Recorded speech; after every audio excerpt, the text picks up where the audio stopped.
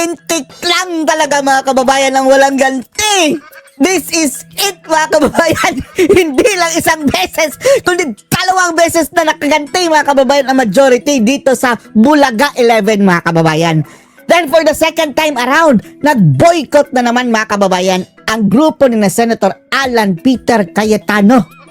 Dahil mayroong mga pinaplanong mga masasama itong Bulagang 11 ito mga kababayan eh. Ang sabi ni Senator Alan Peter, na hindi muna sila magsesesyon mga kababayan. Hindi sila papasok, boycott. Hanggat hindi nangyayari ang hearing sa Blue Ribbon mga kababayan na kung saan ang dami-dami nila ipapasabog mga kababayan sa flood control scam sa June 4. So ibig sabihin pati bukas mga kababayan walang session.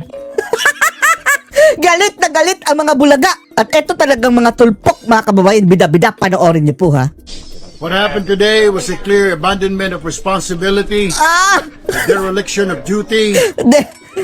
Akala mo kung sino no? Siya na pala ang ano mga kababayan no? Itong dalawang tulpo ang naghari-harian ngayon dyan. Si Bendalo mga kababayan. And a blatant disregard of the rules that govern this institution. Tingnan mo matching oh. Sablay ang kanilang plano mga kababayan eh. Kaya galit na galit. Because the Senate cannot be made to stop working simply because its presiding officer refuses to lead. Under rule Sige! I-lead din nyo kung pwede. Minority lang kayo eh. Section 41, the rules of the Senate, the Senate President may postpone the holding of the Huwag kang magsalita-salita ng rules, hoy. Erwin Tulfo na ikaw mismo is Bendalo. session after consultation with the majority leader and the minority leader. Huh? That rule was violated. Saan pa babatukan itong dalawang tulpok mga kababayan no? This is not merely a procedural lapse. It is a direct violation of the rules of the Senate and a serious disrespect for the institution and the Filipino people. Kayo ang mga bastos. Not to mention, bastos talaga ang ugali ninyo. Tapos, mga minions pa kayo ni Bangag. Senate President Alan Peter Cayetano should resign as he has... Ano kasi ni Swerte? Ikaw nga ang dapat mag-resign dahil unang-una, Erich Sylvester Tulfo ka. Hindi pa natin alam mga kababayan kung ano talagang identity nito. shown that he cannot function as the leader of the Senate anymore. Thank you. Udas, sino ka para pag-resignin si Alan Peter? Sumuha muna kayo ng numero. Our joint statement of the SB11, the SB11, ha, Diyos ko, para pang mga kababayan, talagang tulpok na tulpok no SB11 daw sila. minority. That was our Ano na, Senate Buang. Mga Senate Buang 11. Nag-attempt po ba kayo na kontakin si Ed? O kahit sino sa majority? Wala. Wala. Ano expectation ko? Ano sabi nila? Magkakaroon pa ba ng session or wala na? Should be here because that's our duty.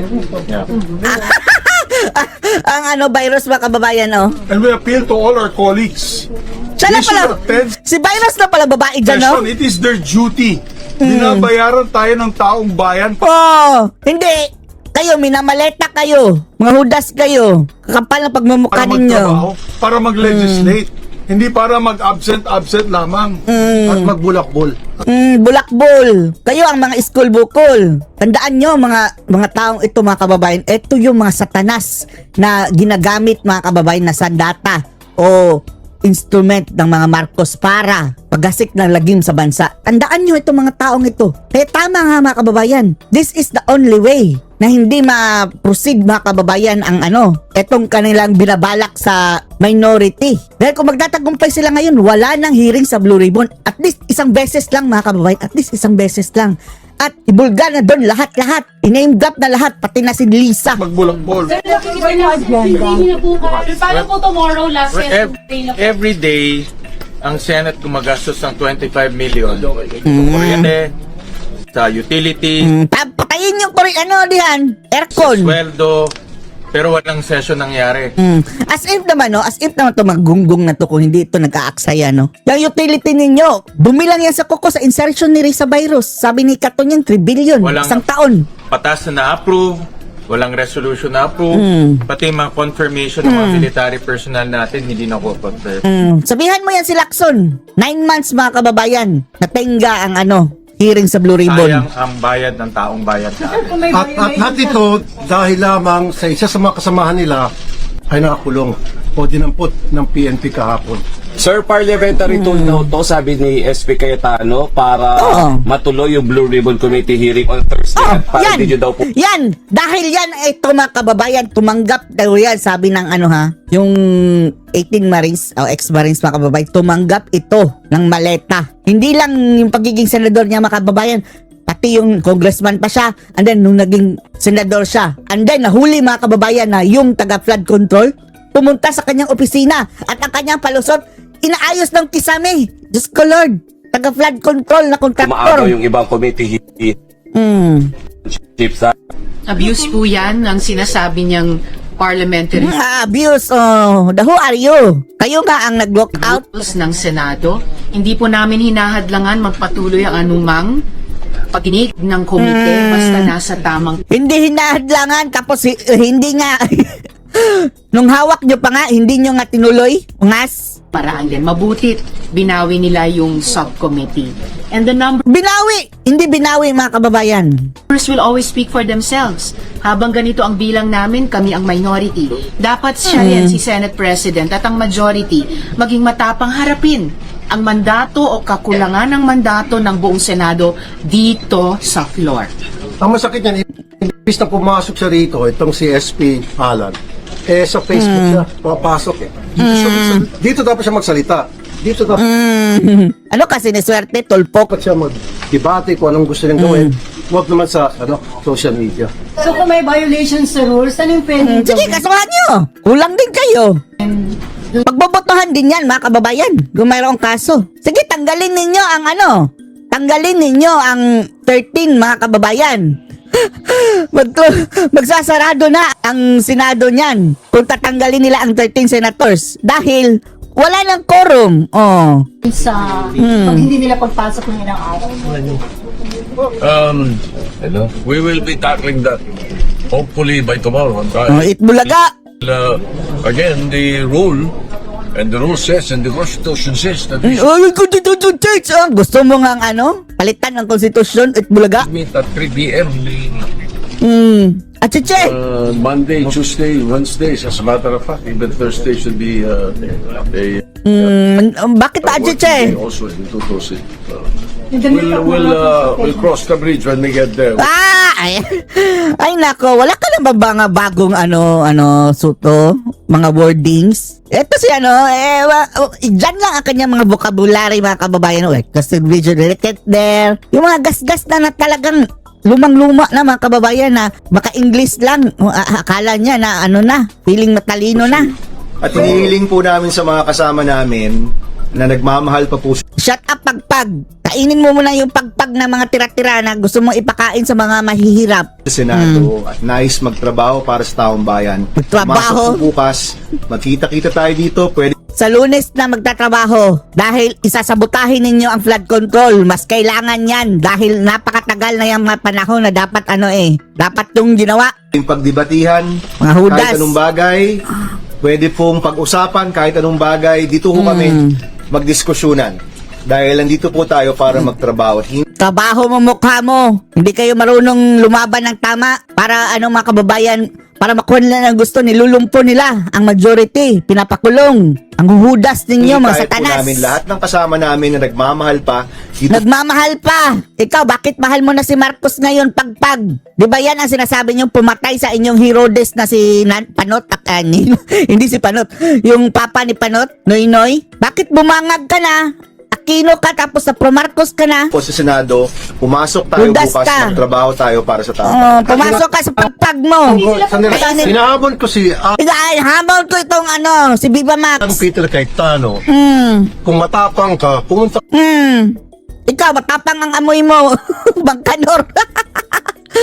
Ay, Viva Max. Kung matapang, anong connect? ka rito bukas. Otherwise, duwag ka.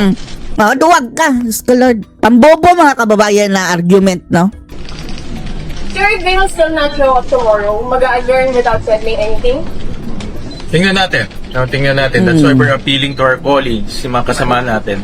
nagampanan Yan ang gusto nilang maging Senate President, mga kababayan, na hindi man lang yan, hindi man lang yung abogado. Traidor pa yan, mga kababayan, sa mga Duterte. natin yung ating trabaho kasi binabayaran tayo ng taong bayan. Binabayaran nga kayo, tapos nangungulimbat pag namaleta. At Kapal, bawat mukha. araw na hindi natutuloy ang session, hindi na Righteous na righteous na sila, no? Hindi na implement yung mga dapat namin Righteous na, mga kababayan, na as if, kanina, yung may mga taong pumunta dito para i-confirm, hindi nako-confirm. Sayang ang panahon. Sir, aside from these calls, kayo, maka-confirm na kayo na mga maleta kayo. Paano po yung Blue Ribbon? Uy, wala naman tayo pinipigil na Hindi ho hearings namin Ayan. Yan ang purpose, mga kababayan. Ang Blue Ribbon. Madlagan yung Blue Ribbon. Ituloy po nila yung Blue Ribbon. Figment of the Matutuloy talaga dahil wala na kayong chance imagination lang ang ginagawa. Pigment of imagination. Pigment pa ba yan, mga kababayan? Siyam na buwan na? Ilang beses na nag-hearing si Lacson? 3. Pigment pa ba yan? Wala naman kami Pigment of imagination mong zubiri ka. lang sa proseso. Sabi ng di ba sabi mo, Zubiri, handa kang mamatay para sa bukid nun? Sagot ng mga kababayan mo, prove it. Gawin mo na daw. ng Senado. At mga agenda ng Senado, wala. Yung sinasabing Senate independence, Na pinakontrol, ang nagkontrol sa inyo si Palaka. ako'y naniniwala, this is actually sa dami na nilalabag ng rules ng Senado. It's actually impunity masquerading. Hoy, Matsing. Kitang-kita ka namin, nagpalitrato ka kina Lisa Araneta at saka kay Bangag. Kayo ni Sharon. Kitang-kita namin. Sa party sa Malacanang, andun ka. Tsura mo. As assertion of the Senate. Tapos, ang sabi pa ng anyang anak dati mga kababayan, si Kaki, na kapag mananalo daw si Marcos, mga kababayan presidente, lalayas na daw sila sa Pilipinas. Bakit andito pa kayo? Ngayon, nakibangag na kayo. As an independent institution. Kaumbuyan. Impunity ito. Sunod-sunod ang paglabag. Mula noong May 11. Impunity na mukha mo. Mula nung pagbubuo ng mga komite. Mula nung kami nag-walk Ang mukha mo, yan ang impunity. out dahil nga hindi kinikilala o dinidisregard, binabaliwala ang ating rules. At hanggang ngayon, hanggang kanina, hanggang kahapon, binabaliwala Hanggang ang ating rules. Hindi hanggang ito bukas. tama. Kaya kami sa SB 11, SB 11, Bulaga 11 kayo. tutol dito. Dahil impunity ito. Hindi ito Senate independence. sir, anong measures to hold them accountable, sir? If it is impunity, sir, what Sige, magsampa kayo na kaso. are the measures 11 lang din kayo, hindi kayo mananalo. to hold them accountable? Okay, ganito na lang, no? We appeal to the rest of the members of the majority bloc. Huwag ni si Senate President kasi we appeal to their sense of duty, of the responsibility. Kasi mukhang untenable na si SP kasi siya yung nagsasabi sa mga kasama namin na huwag mag-attend ng session. So we now appeal to the rest of the members of the majority bloc.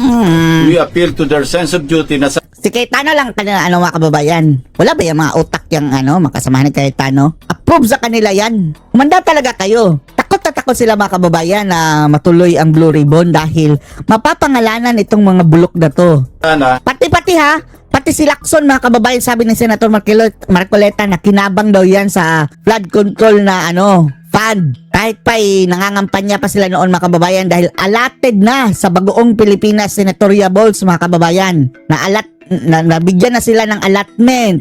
Ang mga hudas. mag-attend sila ng session bukas.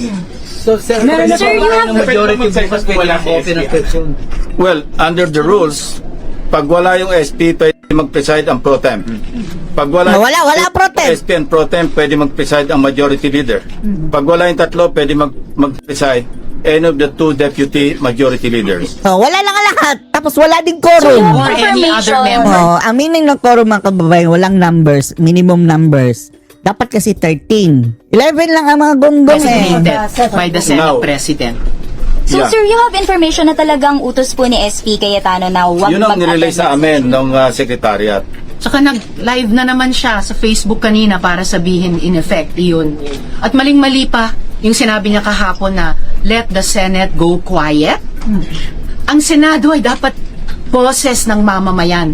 Bakit Hindi mo kasi naintindihan ang sinabi ni Cayetano. Nabubusalan. Kung Sinabi pa tumigil ka sa pagsasalita, ikaw pa, ang laki ng bunganga mo, animal ka. bubusalan niya at hindi niya bibigyang daan yung boses ng Senado, alang-alang sa mamamayan, talagang hindi na siya karapat-dapat mamuno dito. Ano ka, siniswerte? So kapag mag-resign si Cayetano, ikaw na ang papalit. Ganito, no? At what price? Ang pinoprotektahan lang yung Senate presidency, power, position. Kaya nag-a-appeal kami sa isang bang samahan namin sa majority block. Ano bang price para sa inyo? Sa tingin namin, No, ikaw ang may kasalanan dyan, akla, dahil dinadaya mo yung hearing sa flood control namimili ka, tapos ini-stop pa mga kababayan, wala na, hindi na nasundan. wala eh. Tingin namin nakikisama lang sila kay Senate President Cayetano. Ako naniniwala, hindi man lahat sa majority ay mga loko-loko, ano? Ikaw lang, yung mga tulpok mga kababayan, yan ang mga loko-loko. Yan sina Soto at sa top spot, ang mga loko-loko, marami sila. 2 tulfo, si Tuta at si Ping. At si Risa at si Matsing. Yan mga champion ng mga loko-loko mga kababayan. Meron pa sa kanila mababait. So I appeal to those Kasama members sa of the pagpag. majority na meron pang katinuan sa pag-iisip. Pumasok naman kayo. Pagtrabaho. Ikaw, matino ka? Salita mga kababayan ang may tupak. Ano po ba kay Sir Chikres na umanin kapalit pagpasularap ng mas? Dito to. Walang ganun. Walang ganun. Again, figment of their imagination. Yung pakikipag-usap sa isang kasama namin, let's say member ng majority, kinakausap ng minority, or yung minority kinakausap ng majority, normal yun. In any part. Normal. Ang hindi normal, yung ginagawa ninyong Normal pang-blackmail. yun. Mga abnormal. Pero yung para sabihin na may attended, Walang Nambablackmail kayo, mga ungas kayo Hudas. pananakot. hindi ka Walang namin pressure. pakukulong. We don't have that power. We have no power over the ombudsman. Huwag mo kaming lokohin, Tuta, itbulaga. What happened is the rule of law. Rule of law, ang kanya. What can we do? Sir, are you Bendalo na nga kayo. appealing to the majority na lumipat sa inyo? Yes. Why not? Why not? Lahat sila. We're appealing to them. First, why not pa? No, hindi nga kayo nakakuha ng numero, why not to kunat? Tools kayo ng mga bangag, mga hudas.